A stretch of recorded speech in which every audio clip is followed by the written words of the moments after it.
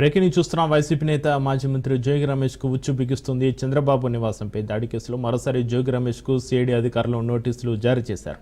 రేపు Vijayawada CID regional కార్యాలయంలో విచారణకు హాజరు కావాలని నోటీసులో పేర్కొన్నారు. కాగా ఇదే కేసులో గతంలో 3 సార్లు విచారణకు హాజరయ్యారు జోగి రమేష్. ఇప్పుడు మళ్లీ విచారణకు హాజరు కావాలని నోటీసులు జారీ చేశారు. దీంతో రేపటి విచారణపై ఉత్కంఠ నెలకొంది.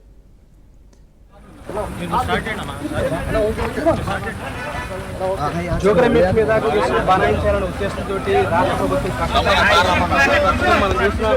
ఇక్కడ జోగి రమేష్ కూడా ఇంటి బయట రావడం జరిగింది. అందులో 9 మంది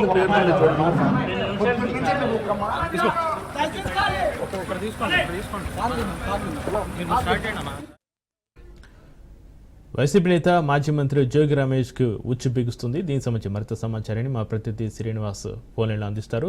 శ్రీనివాస్, చంద్రబాబు నివాసంపై దాడి కేసులో మరోసారి జోగి రమేష్ కు సిఐడి అధికారులు నోటీసులు జారీ చేసిన పరిస్థితి, దీనికి సంబంధించి మీ దగ్గర ఉన్న అప్డేట్స్ ఏంటి శ్రీనివాస్?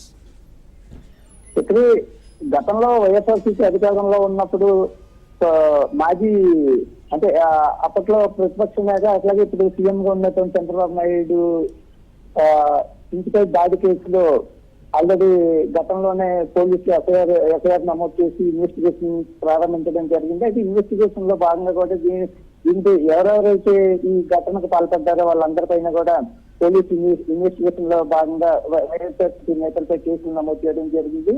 అయితే ఈ కేసుకి దీనికి సంబంధించి ఇప్పటికే గతంలో అనేక మందిని అరెస్ట్ చేయడం కూడా జరిగింది. కొంతమంది లీగల్ గా కూడా కోర్టును ఆశ్రయించడం జరిగింది. ఈ నేపథ్యంలో మాజీ మంత్రి అట్లాగే వైఎస్ఆర్సీపీ నేత జోగి రమేష్ మళ్ళా రీసెంట్ గా కూడా సిఐడి నోటీస్ జారీ చేయడం జరిగింది. ఇది గతంలో జోగి రమేష్ 3 సార్లు గతంలో ఇదే కేసుకి సంబంధించి కూడా సిఐడి నోటీసులను జారీ చేయడం జరిగింది. అయితే రీసెంట్ గా మళ్ళీ ఇప్పుడు 4వ సిఐడి నోటీసులు జారీ చేయడం వెనుక వైసీపీ నేతల్లో కూడా కొంత టెన్షన్ వాతావరణం నెలకొందని కూడా చెప్పచ్చు. కేసు మళ్ళీ అంటే కేసు ఇన్వెస్టిగేషన్ ఆగింది అంటే వైసీపీ నేతలు అనుకున్న సమయంలో మళ్ళా ఈ జోగి రమేష్ కి మళ్ళీ సిఐడి నోటీసులు జారీ చేయడం పట్ల తీవ్ర టెన్షన్ అనేది పార్టీ నేతల్లో నెలకొంది. అయితే ఈ సిఐడి నోటీసులు అందుకు జోగి రమేష్ తీసుకుంటారా లేదనుకుంటే విచారణకు హాజరవుతారా అనేది ఇంకా వైసీపీ నేతల నుంచి కానీ వైసీపీ కేడర్ నుంచి కూడా ఇంకా క్లారిటీ రాలేదు.